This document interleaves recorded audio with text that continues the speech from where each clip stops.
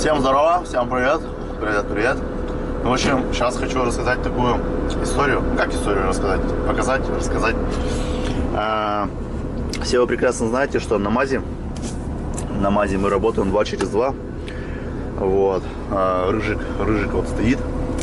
Речь пойдет по Рыжику, по Ладе Веста. Так, у нас пока МАЗ прогревается. В плане того, что прогревается коробка. Чтобы коробка все равно помягче включалась, ее надо немножко подорабонькать, да? Чтобы она прогрелась. Ну и, соответственно, чтобы у нас двигатель тоже чуть-чуть хоть прогрелся. Речь пойдет у нас о Рыжике, о Весте, Лада Веста. Сейчас я вам покажу прикол. Как бы с одной стороны и, как бы плакать хочется, с другой стороны смешно. Так, она открыта ведь у меня, да. В общем, ситуация такая. Работаем 2 через 2. 2 через 2 на МАЗе. 2 дня, считай, как бы получается я за рулем. 2 дня супруга, да. Ну, там ребенка, не ребенка, туда-сюда.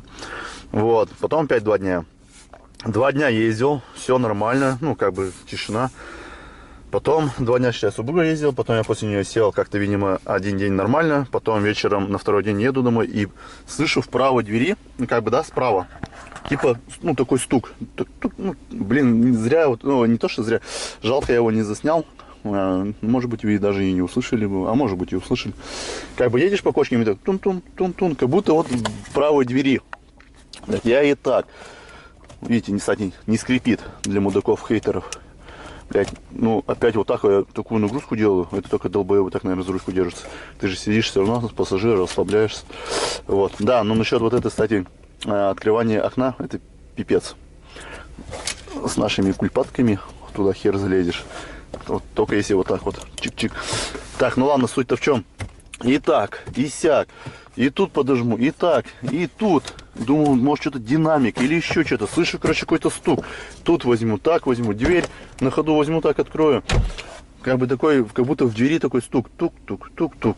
И тут-то, и бардачок-то я все открою, тут уже все пересмотрю, все рукой подержу, короче, все. И тут подожму, и тут. Ну, не проходит стук. Я думаю, неужели... И вот здесь-то возьму, и вот тут еще возьму, короче. Ну все, и окошко-то опущу, и подыму, и опущу. Все равно стук не уходит. Я думаю, блядь, неужели Лада Веста 15 тысяч пробегу, да? Думаю, неужели показывают первые косяки? Думаю, ёб твою мать, сейчас это, вот это разбирать, думаю, новое. Ну, как так-то? Сейчас скажете, надо было ехать дилером, да? Ну, то есть, по гарантийке. Да я положил на гарантийку большой. В общем, короче, забил на гарантийку. Вот, и тут-то все возьму. Ну, тут все нормально, ничего нигде не болтается. Короче, суть-то в чем? Звонит супруга. Считай, 2 дня отработал, 2 дня отдохнул, 2 дня отработал. Почти неделя, короче, прошла. Звонит супруга. Слушай, Ром,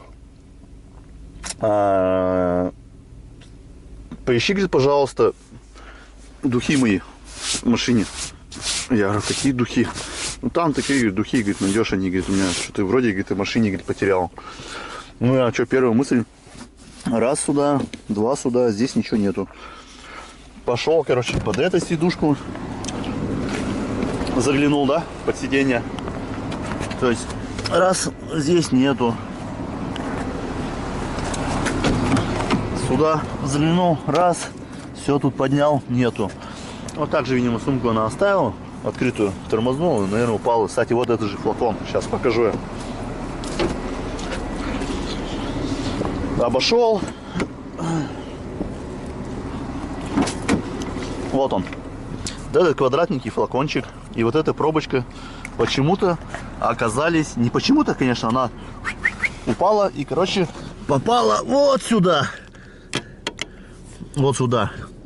Соответственно, эта штучка каталась, крышка, да? А вот эта железная, ой, железно-стеклянная, она квадратная, видите, да? Она не катается. И она вот так вот попала под это. Сейчас я покажу, вылезу. Ой! Дверь-то я вот так вот открывал, да? Еще дверь вот так вот трясу. Тишина полная, машины пешком ходят. Бля, я думаю, что здесь может болтаться? Замок, думаю, что ли? Так нет, тут все смазано. Петли, все облезло. Тут подержал, там подержал. А видите, ее не видно, она стеклянная. Ее не видать с правой стороны. И она вот так вот на кочках подпрыгивала.